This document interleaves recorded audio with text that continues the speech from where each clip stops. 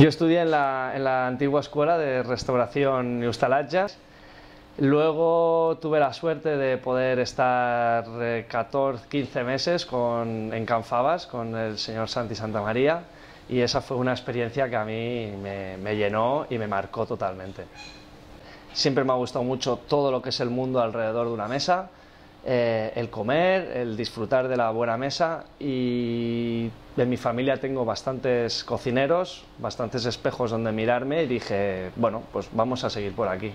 Pues un trocito de carne a la plancha, con una ensalada rápida, un buen aceite de oliva, un poquito de sal y seguimos con otra cosa.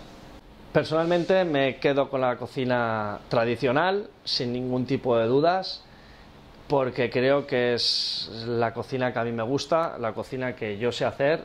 A mí me gustaría cocinar para un campeón del mundo como es Sergio Ramos, y le cocinaría lo que más le guste y lo que él me pidiera.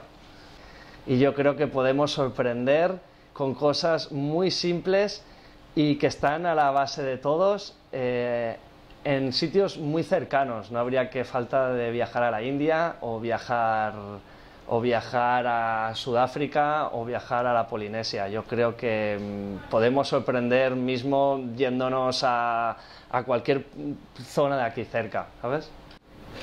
A ver, un plato que me gusta mucho ahora que tengo la carta es un pichón ahumado con trufas de primavera. Lo podíamos acompañar con una música un poquito clásica, ¿no? Italiana, con Franco Battiato mismo, ¿no?